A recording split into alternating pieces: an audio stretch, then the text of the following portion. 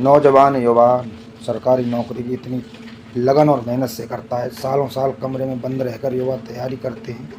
Farm भरने की fees से लेकर परीक्षा केंद्र तक जाने का किराया कर्ज लेकर चुकाया जाता है। लेकिन जैसे ही परीक्षा खत्म होती है, खबर आती है पेपर लीक हो गया।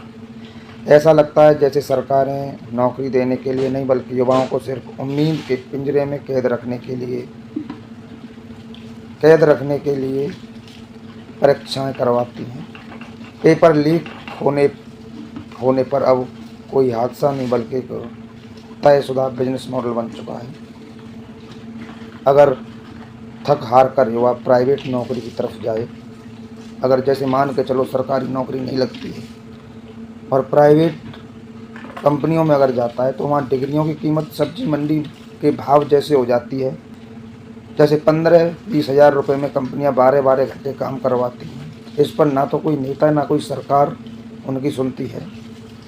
एक चपरासी की गरिमा भी कॉर्पोरेट के उस पढ़े लिखे लड़के से ज़्यादा होती है जिसे केवल टारगेट पूरा करो की गुट्टी पिलाई जाती है। कंपनियां प्रॉफिट तो करोड़ों में कमाती हैं, लेकिन जब सैलरी बढ़ने की बात आए तो उसके पास मार्केट बंदी का रोना तय रहता है।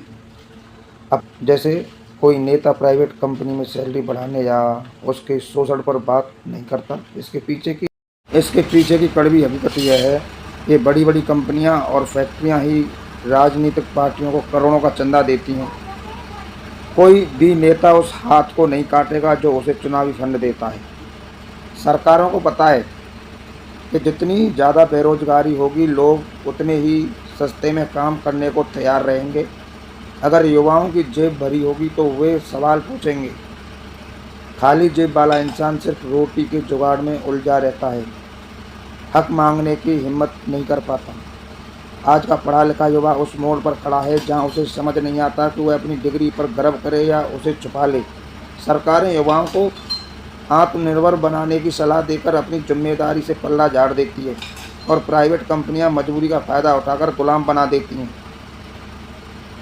यह स्थिति सच में दिल को छूने वाली है। अगर बात करें तो हर युवा जानता है, हर आदमी जानता है जो मैं ये बात कह रहा हूँ, ये गलत नहीं कह रहा हूँ, ये सच्ची बात है। और सुनिए सच क्या है। आज के दौर में डिग्रियां सिर्फ इस बात का सबूत रह गई हैं कि आपने लाखों रुपए देकर बेरोजगार की लाइन में खड़े होने का लाइसेंस खरीद लिया है। जब 15,000 की नौकरी के लिए भी लाइन में एमटेक और पीएचडी वाले खड़े हों तो समझ जाना चाहिए कि देश में शिक्षा नहीं, सिर्फ बेरोजगारों की फैक्ट्री चल रही है।